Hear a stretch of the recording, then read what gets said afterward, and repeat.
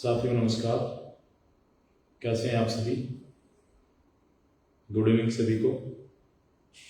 एक बार सभी साथी जल्दी से जुड़ जाएं भी लाइव। चर्चा करेंगे आज हरियाणा सीटी को कैसे पास किया जाए, कैसे क्लियर किया जाए, इसके ऊपर डिटेल से चर्चा करेंगे। क्योंकि अभी फिलहाल काफ़ी जो साथी हैं वो हरियाणा सीटी की तैयारी कर रहे हैं और अभी का जो उनका जो प्लानिंग है, उनकी जो रणनीति है, वही आगे चल के उनको रिजल्ट देगी, टेस्ट क्लियर करवाएगी। तो आज हम उसी रणनीति के ऊपर चर्चा करेंगे कि भी कौन सी प्रोसेस हम अपनाएं जिससे कि हमारा जो सीटी है क्लियर हो जाए। तो सभी को एक बार गुड इवनिंग, नमस्कार। जो साथी जुड़ चुके हैं एक बार इस सेशन को शेयर कर दें, क्योंकि आज हम जो चर्चा कर रहे हैं बहुत ही इंपॉर्टेंट पॉइंट होने वाले हैं सारे। तो चलिए हम स्टार्ट करते हैं कि सबसे पहले आपको कौन सी प्रोसेस अपनानी है। तो साथियों, जिन जिन बच्चों ने ध्यान सुनना HSC सीटी का फॉर्म भरा हुआ है, यानी हरियाणा सीटी का फॉर्म भरा हुआ है, उनको सबसे पहले मैं बात कर रहा हूं जो बच्चे पहली बार एग्जाम में बैठ रहे हैं। जो बच्चे पहली बार एग्जाम में बैठ रहे हैं, सबसे पहले वे सुने, यानी जिनका पहला एग्जाम, जिंदगी में पहला एग्जाम है, वो ध्यान से सुने। अगर जिनका पहला एग्जाम है, केवल जिन्होंने 2-3 दे दी उनके लिए ये बात नहीं है, जिनका पहला एग्जाम है लाइफ में, वो ध्यान से सुने मेरी बात। आपको क्या करना है? सबसे पहले आपको एक जो बोलते हैं ना OMR शीट, उसको देखना है। OMR शीट होती कैसी है, उसको फिल कैसे करते हैं, ठीक है? तो OMR शीट को आप एक बार फिल करो, एक बार भर के देखो OMR शीट को, आपको पता चल जाएगा कि OMR का मतलब क्या है, कैसे क्वेश्चन वहां पर उसके आंसर भरे जाते हैं। तो सबसे मेजर प्रॉब्लम जो नए बच्चों में आएगी वो OMR को लेके आएगी, ठीक है साथियों? तो आप मार्केट में से OMR शीट लेके और उसको आप भर सकते हो आराम से, ठीक है? तो एक तो आपको OMR भरने की प्रैक्टिस हो जाएगी। दूसरा ये है साथियों कि आपको जो सर्कल लगाने हैं, गोले काले करने हैं, उसकी अच्छी प्रैक्टिस हो जाएगी। मोस्टली बच्चों के साथ क्या बनता है, जो बच्चे पहली बार एग्जाम देते हैं, किसी भी कंपटीशन का देते हैं, और वो जो ऑफलाइन एग्जाम होता है उसकी मैं बात कर रहा हूँ, तो वो क्या करते हैं, मान लो 4 क्वेश्चन लगातार कर लिए उन्होंने, 4 के 4 आ गए, लेकिन 5वां क्वेश्चन नहीं आया। मेरी बात को ध्यान सुनना, काफी बच्चों के साथ ऐसा होता है और आगे भी हो सकता है। 4 क्वेश्चन लगातार कर लिए, 5वां क्वेश्चन अगर बच्चे को नहीं आ रहा है तो बच्चा उसको छोड़ेगा।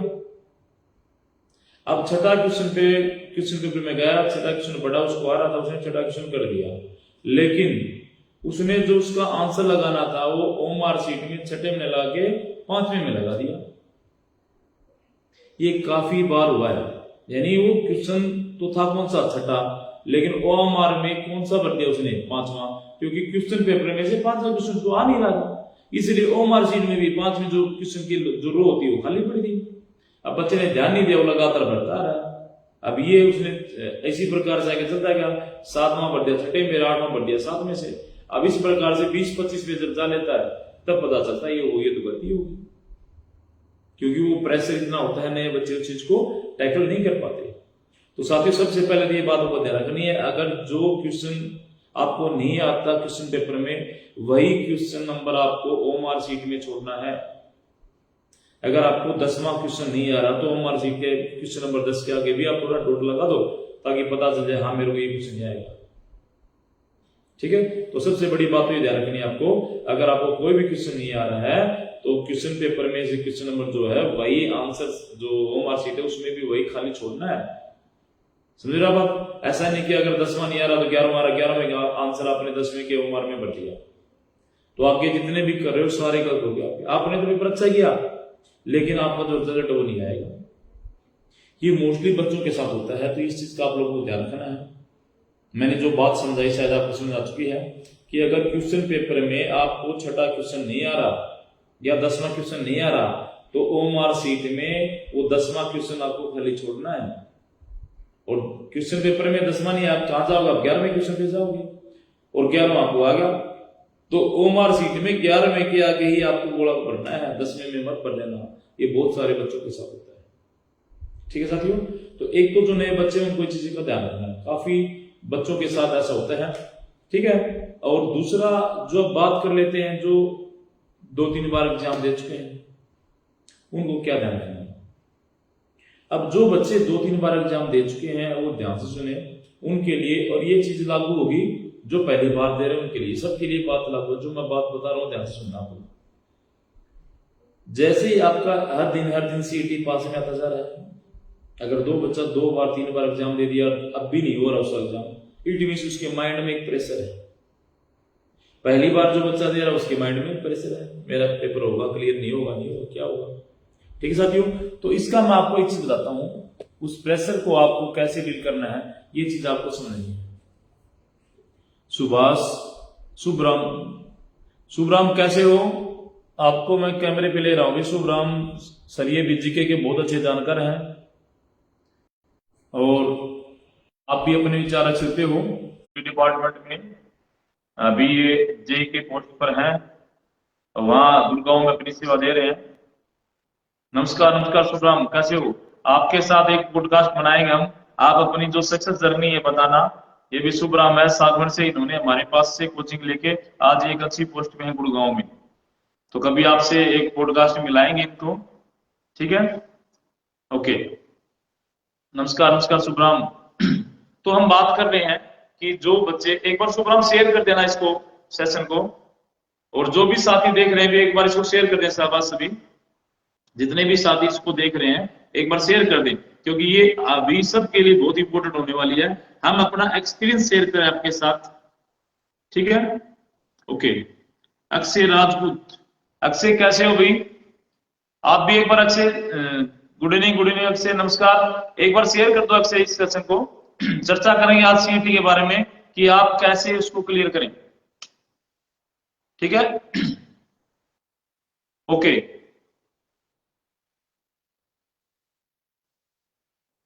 कभी आओ शुभराम, आपके साथ चर्चा करेंगे। आप अपना एक्सपीरियंस बताना कि भी आपकी जो सक्सेस स्टोरी है क्या हो, ठीक है?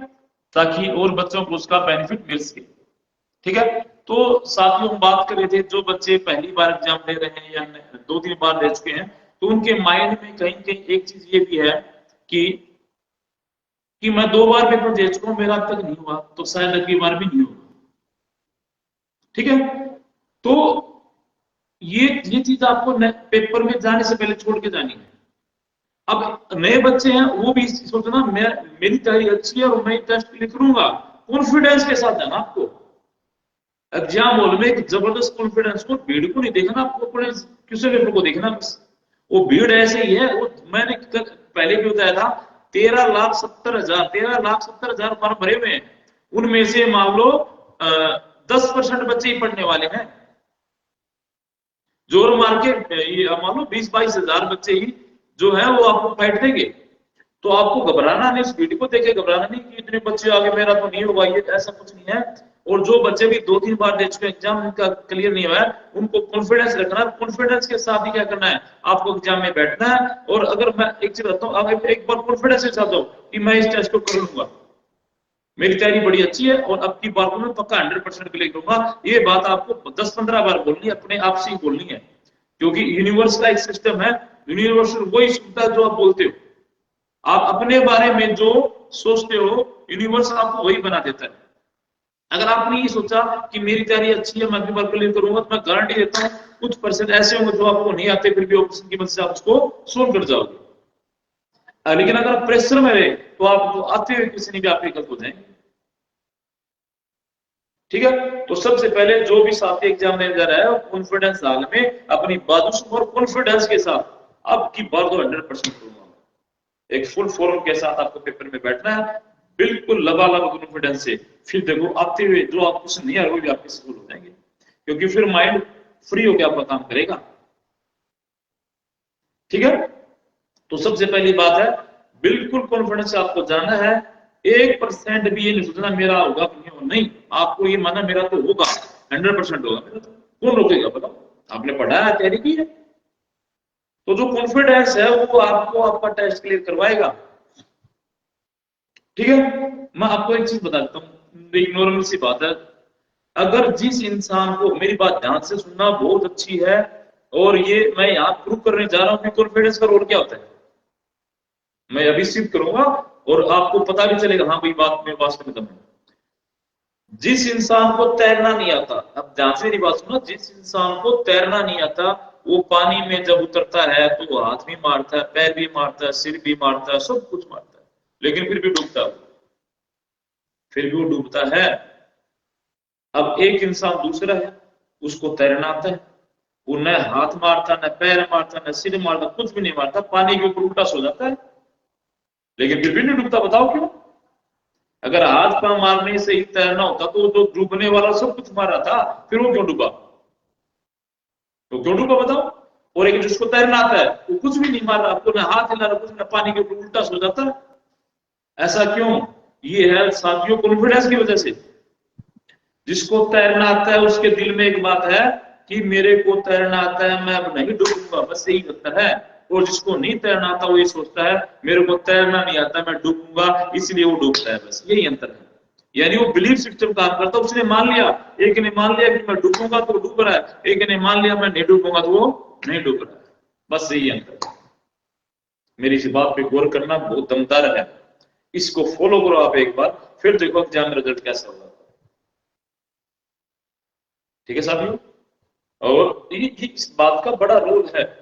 आप एक बार ट्राई करके दो, एग्जाम में जाओ, फ्री माइंड के साथ जाओ, बोलो मैं आई एम द बेस्ट, मेरी तैयारी बड़ी अच्छी है, मैं टेस्ट क्लियर करूंगा, कोई भी स्ट्रेस नहीं होना चाहिए फेस पे। अगर आप ध्यान से सील तोड़ो पेपर की, आराम से हो जाओ स्टार्ट, फिर देखो हाँ मेरे को आता है, बिल्कुल याद दिलाओ कि मेरी तैयारी अच्छी है, कोई प्रेशर नहीं, आराम से करो।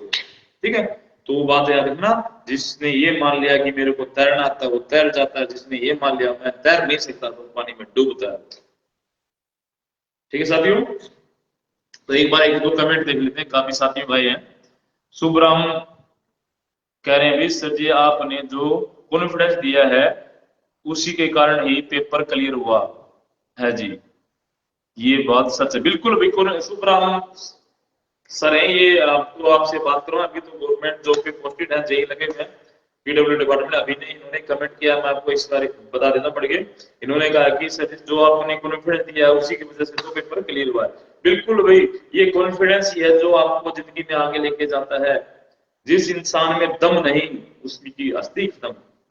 दम मतलब कॉन्फिडेंस। मैं पावर, शरीर की पावर की बात नहीं कर रहा, माइंड की पावर की बात कर रहा हूं। आपने काफी बच्चों को देखा होगा, काफी लड़कों को देखा होगा, शरीर बिल्कुल पतला है लेकिन असद तो डीएसपी तक को हिला देती है। क्यों? क्योंकि जिगर में कॉन्फिडेंस है, वो कॉन्फिडेंस को स्टैंड करता है। तो शरीर से मोटा होना, दिमाग से मोटा होना कोई फायदा नहीं है। कॉन्फिडेंस होना चाहिए अंदर, वो आपको आगे लेके जाएगा। ठीक है साथियों? तो जब भी आप पेपर में बैठो मेरी ये बात याद रखना है, यू आर द बेस्ट।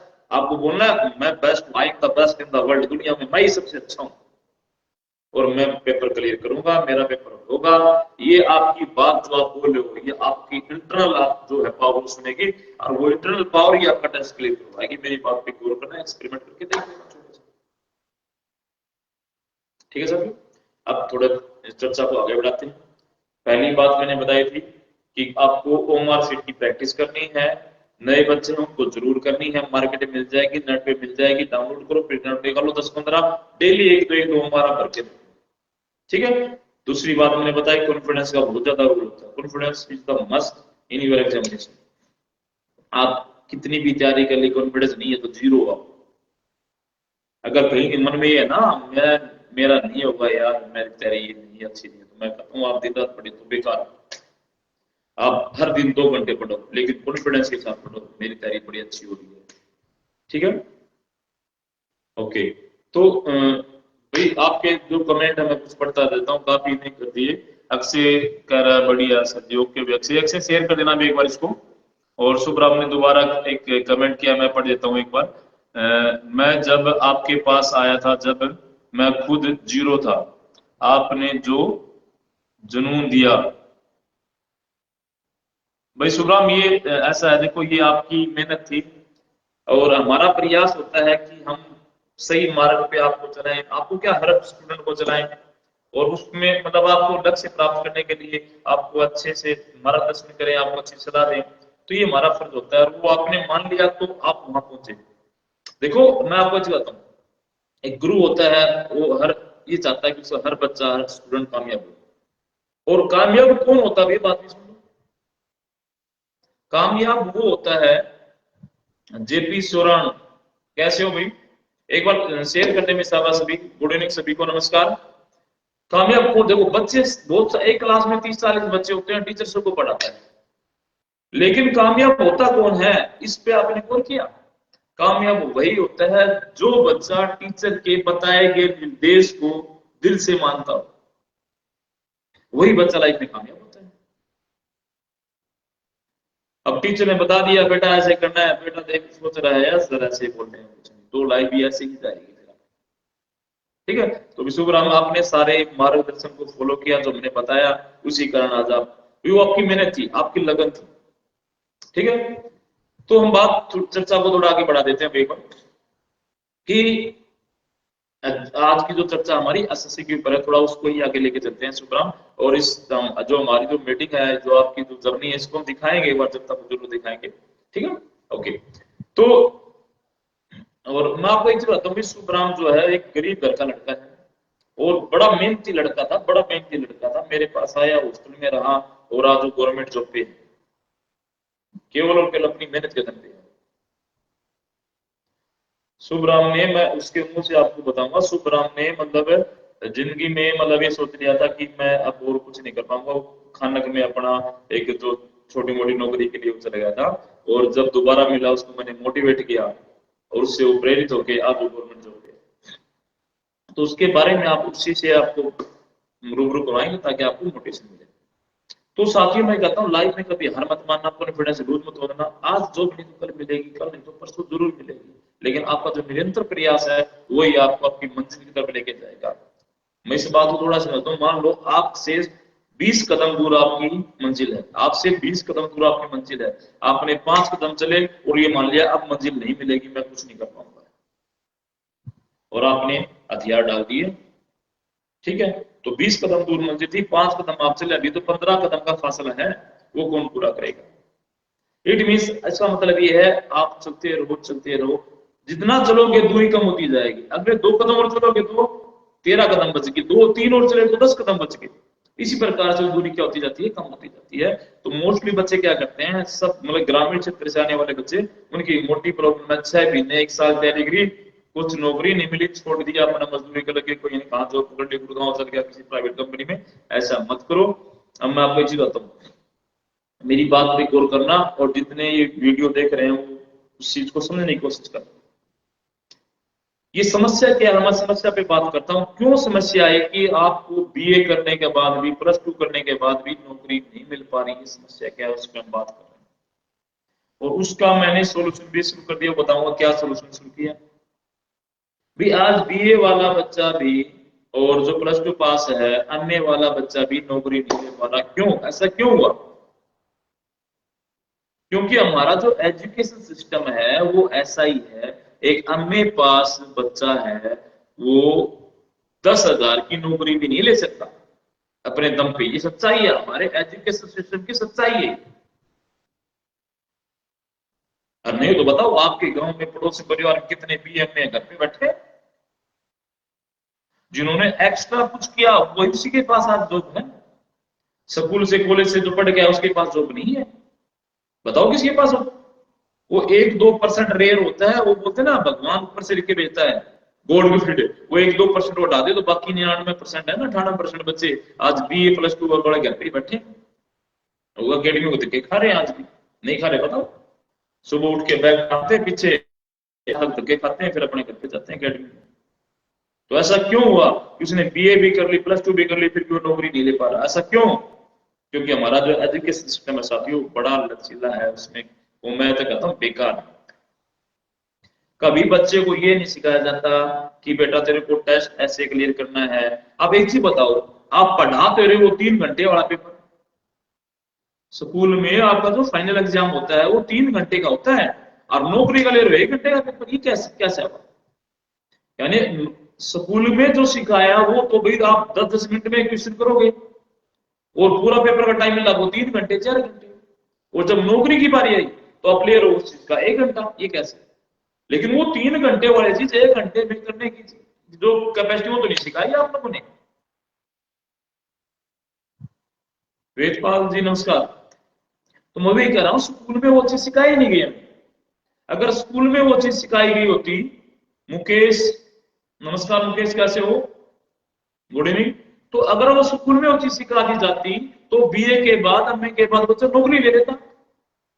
तो साथियों कभी भी स्कूल में वो चीज नहीं, देखो मेरे स्कूल वाले बुरा मत मानना भाई, मैं सच्चाई बता रहा हूं, आप लोगों को पता है स्कूल में वो चीज सिखाई नहीं जाती जिसके बेस पे सरकारी नौकरी ले ली जाए।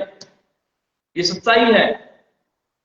क्योंकि स्कूल की जो पढ़ाई होती है वो पूरा पेज भरने की होती है, पेज भरवाए जाते हैं स्कूल में, कॉपियों के पेज भरवाए जाते हैं, 3-3 4-4। आप 5 पेज भर दो आपको 5 नंबर मिलेंगे, 6 पेज भर दो आपको 8-9 नंबर मिल जाएंगे। ये पढ़ाई होती है स्कूल में। तो और जो नौकरी की बारी आती है तो घोड़ा लगाना, एक पेज ही नहीं भरना, तो बच्चा कहां से नौकरी ले लेगा भाई, सोच के देखो चीज को। तो मैं वही कह रहा हूं साथियों, ये एक भयंकर समस्या है। अब भी आप लोग जाग जाओ। मैं तो ये कहता हूं अभी जो बच्चे बड़े हो चुके हैं, जिन्होंने बीए कर ली और जिनके भाई बहन अभी +2 पास हैं, बीए करने जा रहे हैं, मैं तो ये कहता हूं उनको जगाओ, उनको अंदर से जगाओ। कॉलेज में कुछ भी नहीं रखा है, आप डिस्टेंस एजुकेशन ले लो, बीए कर लो, डिस्टेंस से कर लो आप। मैं कहता हूं आईएएस बन जाओ डिस्टेंस से करके, कोई नहीं रोकेगा, चलती है। लेकिन वो 3 घंटे 3 साल है जो आप कॉलेज में लगाते हो, कुछ भी नहीं मिलता आपको कॉलेज में, कुछ भी नहीं मिलता। उस वो 3 साल अपने स्किल पे लगाओ। आप कोचिंग लो, आप सीजीएल की कोचिंग लो, सीपीओ की कोचिंग लो, बैंक पीओ की कोचिंग लो, एनडी की कोचिंग लो। मैं कहता हूं आपको कौन रोक देगा फिर, क्योंकि आपके टेस्ट में वही आएगा जो आप 3 सालों में पढ़ोगे। और कॉलेज में जो पढ़ोगे मैं कहता हूं उसमें से एक क्वेश्चन भी नहीं आएगा, एक क्वेश्चन भी नहीं आएगा। आएगा तो बताओ। तो इसलिए मैं कहता हूं आप अपने भाई बहनों को जगाओ, उनको बोलो किसी एकेडमी में जाओ +2 के बाद और कोचिंग लो, टेस्ट की तैयारी करो। अगर आपको नौकरी लेना है तो, अगर कॉलेज की तरफ रास्ता मुड़ गया उनका, कॉलेज तक चल गए, नौकरी नहीं है उनको बीए तक, एमए के बाद भी नहीं है, लिखवा लो मेरे से बात। क्योंकि बी एमए के बाद फिर उनको अकेडमी के अंदर आना पड़ेगा, तब जाके उनकी तैयारी होगी, तब वो टेस्ट क्लियर कर पाएंगे। तो बीए के बाद 2-3 साल फिर लगेंगे, इतना वो बुढ़ा हो जाएगा, उसको बुढ़ापा पैसे दे देगी सरकार, सरकारी नौकरी का क्या करेगा वो। ठीक है ना साथियों। तो मैं ये बात समझा रहा हूं आप लोग को, अपने भाई बहनों को जगाओ और उनको बोलो कि आप कंपटीशन की तरफ बढ़ो, कंपटीशन सीखो, कॉलेज में कुछ नहीं रखा। वो 3 साल की अच्छी अकेडमी बिताओ, मैं कह रहा हूं गारंटी से 3 साल से पहले नौकरी मिल जाएगी। +2 बेस पे कितनी नौकरी है, दिल्ली पुलिस है, हरियाणा पुलिस है, सचिव जेडी है, कितनी मैं कहता हूं 10 +2 बेस पे दोगे, आपको 3 साल से पहले मिल जाएगी नौकरी। अब मैं कहता हूं मैंने इस समस्या का समाधान कैसे किया ये बताता हूं। मैं अभी क्या करता हूं, मेरे पास आप लोगों को बताता हूं, अगर मैं एकेडमी चलाता हूं, एडवांस सैनिक एकेडमी भिवानी में, और अभी मैं क्या कर रहा हूं, मैं 3rd क्लास से 3rd तो चलो ठीक है मैं सिखाता वही हूं, मेरे पास कोई बुक नहीं है, मैं कोई बुक नहीं पढ़ाता। मैं मैथ का बेसिक करवाता हूं, इंग्लिश का बेसिक करवाता हूं, हिंदी का बेसिक जो ग्रामर करवाता हूं, सीधी बात है, व्याकरण नहीं करवाता हूं, कोई बुक कोई कहानी नहीं पढ़ाता। पढ़ाता हूं तो क्या पैसे देता हूं, पैसे पढ़ो, उनके क्वेश्चन आंसर करो, बस अपने दम पे करो। वो 5 क्वेश्चन स्कूल में क्या होता है, 5 क्वेश्चन लिखवा दिए टॉपिक के और रट्टे मारते रहो पूरी साल 5 क्वेश्चन के। अरे एक भी पर्सन नहीं आएगा उसमें से, एक भी पर्सन नहीं आएगा जिंदगी के जब असली परीक्षा होगी उसमें। आता तो बताओ, आपने कितने पाठ पढ़े हिंदी के, रामफल के 4 बेटे थे, उनमें से एक भी पर्सन आया किसी सरकारी नौकरी, बताओ। तो टोटल टाइम वेस्ट है, टोटल टाइम वेस्ट है। अब मैं बताता हूं क्या करता हूं, मैं 3rd वाले बच्चों को इंग्लिश ग्रामर पे फोकस करवाता हूं, हिंदी में व्याकरण की फोकस करवाता हूं। मेरे पास इंग्लिश की स्टोरी की कोई बुक नहीं है, हिंदी की स्टोरी की कोई भी बुक नहीं है। मैथ बिल्कुल कैलकुलेशन सिखाता हूं कि बड़े बड़े प्रश्न को आप कैसे सोल्व कर पाओ। साइंस की बुक नहीं है हमारे पास, साइंस में जो ईवीएस है और साइंस का मिक्सअप है, उसके वन लाइनर क्वेश्चन करवाते हैं ताकि बच्चे के माइंड से वो प्रेशर हट जाए कि मेरे को इतना बड़ा प्रश्न याद करना। नो, उसको समझाओ, छोटी छोटी चीज दो उसको, वो बड़ी तो अपने आप बना लेगा, बड़ी तो अपना बना लेगा। जब उसके पास सारी चीजें तो अपना बना देगा, तो उसको क्रिएशन करना चाहिए, उसको क्रिएटर बनाओ। और स्कूलों में क्रिएटर नहीं बनाया जा रहा, रटने वाला बनाया जा रहा है, कभी माइंड यूज करना ही नहीं सिखाया जा रहा। अब मैं क्या करता हूं, मैं जो 6ठी से लेकर 10वीं वाले बच्चे हैं उनको सिलेबस के साथ साथ कॉम्पिटिशन सिखाता हूं। मेरा जो टाइम है वो 60% जाता है कंपटीशन सीखने में क्लास का, और 40% टाइम जाता है सिलेबस के ऊपर, क्योंकि मुझे पता है प्लस 2 या 10वीं के बाद उनको कंपटीशन में बैठना है, तो क्यों ना कंपटीशन को तेज कर दिया जाए। ठीक है साथियों, तो आप भी अगर अपने बच्चों को, भाई बहनों को शुरू से ही कंपटीशन की तैयारी करवाना चाहते हैं, तो आप हमारे पास छोटे को रिजल्ट देखें, 3-4 महीने में रिजल्ट देखें। हमारे पास हॉस्टल है, बाहर से जो भी बच्चा आएगा अच्छी सुविधा दी जाएगी, खाना पीना अच्छा है। आप एक बार हमसे संपर्क लें, हमारी सेवा देखेंगे, आपके बच्चे में दिन रात काम कर देंगे। स्कूल की तरह नहीं पढ़ाएंगे, टोटली टारगेट रहेगा गवर्नमेंट जॉब कैसे दिलाई जाए, उसके लिए उसको तैयार करेंगे, उसका माइंड यूज करना सिखाएंगे उसको, ताकि हर प्रॉब्लम को सोल्व कर ले। ठीक है साथियों, तो ये तो था, मैंने बताया। अभी जो बच्चे बड़े उसके यार अपने छोटे भाई बहनों को डाइवर्ट करो आप, कि भाई आप अभी से कंपटीशन सीखो, ताकि आपके हाथ में अच्छी जॉब हो। बीए एमए कर कॉलेज में कोई फायदा नहीं है साथियों, डिस्टेंस से लो या जाओ तो कॉलेज प्रोफेसर बोल दो साथ, या अपने इवनिंग मॉर्निंग में ले ले 2 घंटे पहले निकल जाओ, इस एकेडमी में 2-3 घंटे लगाओ, तालमेल बैठा लो। अगर ऐसा नहीं हो रहा, आपको रेगुलर ही करना है, तो तालमेल उठाओ, इवनिंग में किसी एकेडमी में क्लास ले लो। लेकिन मैं कहता हूँ साथ साथ कंपटीशन की तैयारी जरूर करो आप। ठीक है साथियों, अब आगे की बात करते हैं कि सीईटी को, हमारी चर्चा थी सीईटी पे हम कैसे काम करें कि वो क्लियर हो जाए। तो 2 चीजें बताई मैंने, अब तीसरी चीज सुनो ध्यान से आप। जो बच्चे अभी तैयारी कर रहे हैं, अभी ब्रिंग, हाँ देखो संदीप का ध्यान कैसे हो भी, मेरे साथी हैं नवोदय में, मैं नवोदय से पास आउट हूँ 2003 बैच से, और संदीप का ध्यान भी मेरे साथी हैं, क्लासमेट हैं, 2003 बैच से ही नवोदय से पास आउट भी, और हाल फिलहाल ये रेलवे के अंदर जॉब कर रहे हैं। संदीप जी नमस्कार। और विकास गोठड़ी, अच्छा विकास कैसे हो भी विकास, ये शायद वो एक व्हाट्सएप ग्रुप चलाते हैं, बहुत अच्छा चलाते हैं, और शिक्षा के लिए काफी अच्छा काम कर रहे हैं विकास गोठड़ी, इनके बारे में मैंने देखा भी था, काफी बच्चों की हेल्प करते हैं भी विकास गोठड़ी। आपका स्वागत है हमारे फेसबुक पेज पे। तो हम चर्चा कर रहे हैं आगे अभी। अब सीटी वाले बच्चों के लिए बात करते हैं हम। सीटी के जो बच्चे अभी तैयारी कर रहे हैं उनको क्या करना, अभी देखो टाइम कम है, 26 जुलाई से आपका एग्जाम स्टार्ट है, 26 और 27 पर 2 शिफ्ट है मॉर्निंग इवनिंग की। तो अभी आपको क्या करना है, जो दिन बचे, आज तारीख मान लो 13, 11, 12, 13 है, 13 से, ठीक है, तो 13 दिन आपके पास बचे हैं। ठीक है, तो आपको क्या करना है, एक दिन में 2 जिले करने हैं, एक जिला सुबह, एक जिला शाम को। हरियाणा जीके की बात करो, हरियाणा जीके का एक जिला सुबह, एक जिला शाम को आपको पक्का करना है। बाकी शायद आप मत पढ़ो, लेकिन एक आदत बनाओ, जब तक पेपर नहीं हो रहा तब तक आपको एक जिला सुबह, एक जिला शाम को पक्का करना है। और जैसे आप पढ़ लेते हो, उसमें से इंपॉर्टेंट पॉइंट अपने खुद नोट बनाओ, अपने खुद के नोट्स बनाओ, और जब इंसान अपना खुद के मेहनत से बनाता है, उसको जिंदगी भर याद रखता है। पेपर में 100% माइंड में आएगा कोई चीज जो आपने पढ़ी, अगर आपने नोट्स बना लिए तो। मेरी बात पे गौर करना, एक जिला सुबह, यानी डिस्ट्रिक्ट की बात कर रहा हूँ, एक डिस्ट्रिक्ट सुबह पढ़ो, एक डिस्ट्रिक्ट शाम को पढ़ो, इसमें भी इंपॉर्टेंट पॉइंट है, सारे नोट कर लो, और जो नोट करने के बाद एक रीटेक ले लो, सोने से पहले लो, एक बार रिवाइज कर लो, मैं कहता हूँ 100% माइंड में सेट हो जाएगा।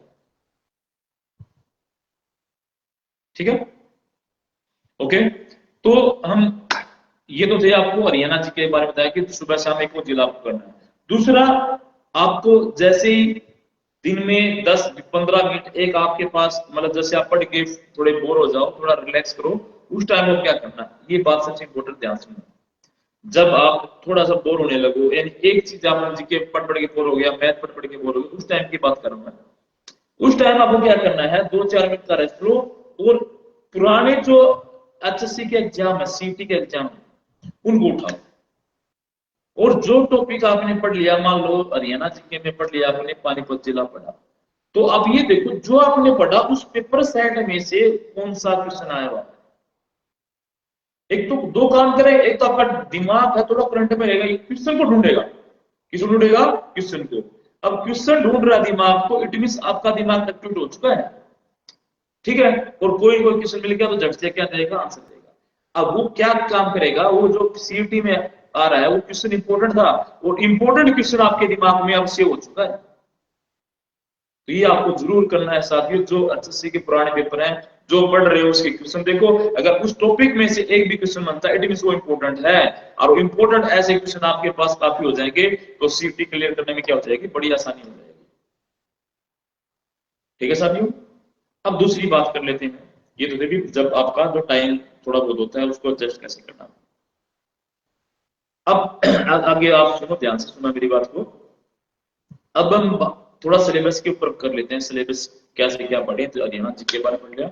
अब नेशनल जीके को कैसे कवर करना है, नेशनल जीके को, नेशनल जीके को आपको ऐसे कवर करना है, एक जो आपको न्यूज़पेपर आता है डेली, आप एक महीने का एक पर ले लो, फोन में कहां से निकालो, एक महीने का न्यूज़पेपर आपको पढ़ना है, क्योंकि उसमें जो नेशनल जीके में मोस्टली करंट की चीजें आएंगी, करंट अफेयर की चीजें आएंगी, यानी नेशनल जीके ऐसे पूछी जाएगी करंट को जोड़ के।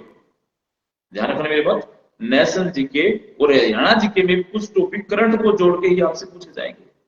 तो आपको एक महीने का, पिछले एक महीने का न्यूज़पेपर अच्छे से स्टडी करना है, ताकि करंट के सारे पॉइंट आपके पास वहां पर हो जाए। ठीक है, और आजकल जीके का एक ट्रेंड है, जीके कौन सी आ रही है, जो करंट की जीके वो आ रही है एग्जाम, तो वो चीज आपकी अच्छी हो जाएगी। अब बात कर लेते हैं हम मैथ की, सबसे इंपॉर्टेंट पॉइंट है मैथ का। मैथ में क्या पढ़ना है, कैसे पढ़ना है, मैं बताता हूं। अब ध्यान सुनना, मैथ में आपको एक बार क्या करना है, एक दो प्रैक्टिस सेट उठानी है, एक दो प्रैक्टिस सेट उठानी है। अब प्रैक्टिस सेट क्यों उठानी है, एक रीजन बताता हूं मैं। जैसे ही आप एक दो प्रैक्टिस सेट उठाओगे तो आपको ये पता चल जाएगा क्वेश्चन कहां से आ रहे हैं, कौन से टॉपिक से बार बार क्वेश्चन आ रहे हैं। अगर आप प्रैक्टिस सेट देख रहे हो उसमें मैथ का सेक्शन देखो, और मैथ के सेक्शन में आप दो तीन प्रैक्टिस सेट में देखोगे तो आपको ये दिखेगा यार एसआई से टॉपिक ज्यादा आ रहे हैं, या टाइम एंड वर्क के क्वेश्चन बार बार आ रहे हैं, या नंबर सिस्टम के क्वेश्चन 4-5 आ रहे हैं। तो उससे आपको एक पता चल जाएगा कि किस टॉपिक में से ज्यादा क्वेश्चन आ रहे हैं, और अटैक कर दो फिर उसी टॉपिक के ऊपर। अगर एक टॉपिक से 3 क्वेश्चन आ रहे हैं, 3 टॉपिक से 3 क्वेश्चन, पहले 3 टॉपिक ऊपर, फिर 3 टॉपिक थे जिनमें से 3 क्वेश्चन आ रहे हैं, 9 क्वेश्चन हो गए, 10 क्वेश्चन तो आने, सॉरी 15 क्वेश्चन आने आपके। ठीक है, तो ऐसा देखो कौन सा, कई बार आ जाता है एक टॉपिक से 3 क्वेश्चन उठा लेते हैं, एग्जामिनर का पता नहीं होता। ठीक है, और पीछे के जो पुराने बच्चे हैं, सीटी का जब दिया था तब तो मैथ में +2 के cos theta, sine theta, trigonometry सारी दे दी थी, तो पता नहीं चलता कि हम लोग कैसे क्या पेपर बना दे।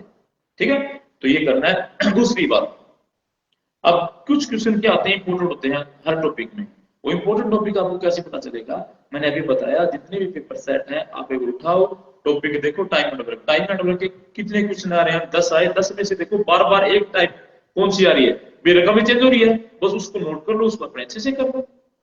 आपको अगर 15 में से 7-8 क्वेश्चन भी ऐसे मिल गए जो हर बार रिपीट हो रहे हैं, आपका काम हो गया। लेकिन मेहनत करनी पड़ेगी साथियों इसके लिए, यह प्लानिंग, और प्लानिंग के लिए आपको दिमाग लगाना पड़ता है, टाइम देना पड़ता है। ये नहीं कि आप कोई जादू की छड़ी नहीं कि आपका हिला दिया टेस्ट क्लियर हो जाएगा, उसके लिए मेहनत करनी पड़ती है। जिंदगी को बनाने में बड़ी मेहनत करनी पड़ती है। आप मकान बनाते हो 6-6, 7-7, 8-8 महीने लग जाते हैं, ये तो आपकी जिंदगी है, तो टाइम तो देना पड़ेगा साथियों इसके लिए। ठीक है, अब बात कर लेते थोड़ी रीजनिंग।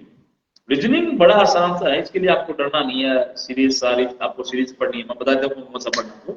सीरीज पढ़नी है, आपको डायरेक्ट दिशा पढ़नी है, फिर आपको मिरर इमेज, मैं सिलेबस की बात कर रहा हूँ, दे रखा है रीजनिंग में, मिरर इमेज आपको पढ़ना है, मिरर इमेज, वाटर इमेज दोनों पढ़ के जाना है, घड़ी पढ़ के जानी है आपको, पास आपको पढ़ के जाना है।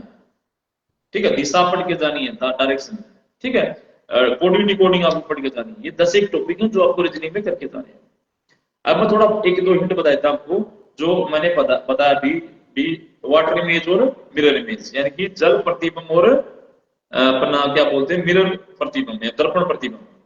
ये अगर क्वेश्चन ऐसे हैं यहाँ से आते हैं, अगर किसी बच्चे को नहीं आता कि भी मिरर इमेज कैसे बनेगी, उसका दर्पण प्रतिबिंब कैसे बनेगा, तो आप क्वेश्चन पेपर को ऐसे पलट के देख लेना। क्वेश्चन पेपर को ऐसा है तो इसको ऐसे पलट के देखो, तो आपको जो पीछे से देखोगे तो क्या दिख जाएगी, उसकी मिरर इमेज दिख जाएगी। ठीक है, इसी प्रकार से अगर वाटर इमेज आती है, जल प्रतिबिंब आता है, तो पेज आपके पास ऐसे ऐसे उल्टा पलट क्या कर दो, उसको नीचे वाला हिस्सा ऊपर कर दो, और फिर पीछे से देखो आपको क्या दिखाई देगी, वहां पर जल प्रतिबिंब दिखाई देगा, आपको वाटर इमेज दिखाई देगी। ये आसान सी टेक्निक थी, आराम से आप कर सकते हैं। ठीक है साथियों, ओके। तो अभी हमने चर्चा कर ली काफी, और सबसे बड़ी बात अभी साथियों मैंने बताया, सारी बातों में से एक बात सबसे ज्यादा इंपॉर्टेंट है, वो है आपका कॉन्फिडेंस। अगर आपका कॉन्फिडेंस अच्छा है तो सिलेक्शन आपका श्योर है।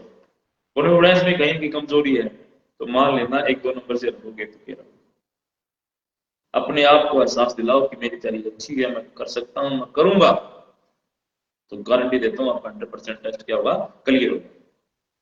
ठीक है साथियों, तो कल आज काफी लंबा टाइम हो चुका है, आप लोगों ने टाइम दिया उसके लिए बहुत बहुत धन्यवाद, थैंक यू। और सभी साथी जो हमारे पेज पे जुड़े सभी का वेलकम, बहुत बहुत धन्यवाद। संदीप भाई जुड़े, विकास गोडड़ी जुड़े, सुब्रम और अपना अक्षय राजपूत सुमरपुर से, और भी बहुत सारे काफी साथी हैं, मैं देख नहीं पा रहा हूँ। ठीक है, काफी जो साथी हैं जुड़े हैं, उन सभी का हमारे फेसबुक पेज पे बहुत बहुत स्वागत है। ठीक है, आप हमसे जुड़े, और अगर 1-2 दिन के बाद एक ऐसा सेशन करेंगे, कैमरे पे लेंगे और आप भी अपने विचार जनता को बताएं, साथियों को बताएं, विद्यार्थियों को बताएं कि भी जिसका जो एक्सपीरियंस है मैं चाहता हूँ वो सब बच्चों तक पहुंचे। मेरा एक्सपीरियंस है, मैंने आज बताने की कोशिश की कि 2 बच्चों को भी इसका अगर बेनिफिट मिलता है तो मैं, इसी प्रकार से जिस भी साथी का अच्छा एक्सपीरियंस है वो कैमरे पे आए और अपने, मैं कैमरा ऑन कर दूं, उनको अलाउ करूंगा और वो अपने एक्सपीरियंस बताए बच्चों को, ताकि उनको ज्यादा ज्यादा कामयाबी मिले। क्योंकि अब जो दौर है ये सीटी का है, बहुत ज्यादा बच्चे मेहनत कर रहे हैं कि मैं कहता हूँ सुबह निकलते बेचारे घर से लाइब्रेरी में पढ़े रहे मेहनत कर रहे हैं। तो मैं आपको एक चीज बता रहा हूँ, जितने भी साथी पढ़े लिखे हैं हमसे जुड़े और अपने विचार, अपना एक्सपीरियंस बच्चों को दें ताकि इनकी जिंदगी सफल हो। तो इसी के साथ thank you for watching this video, कल मिलते हैं किसी एक और सेशन के साथ, तब तक के लिए धन्यवाद, थैंक यू, जय हिंद, जय भारत।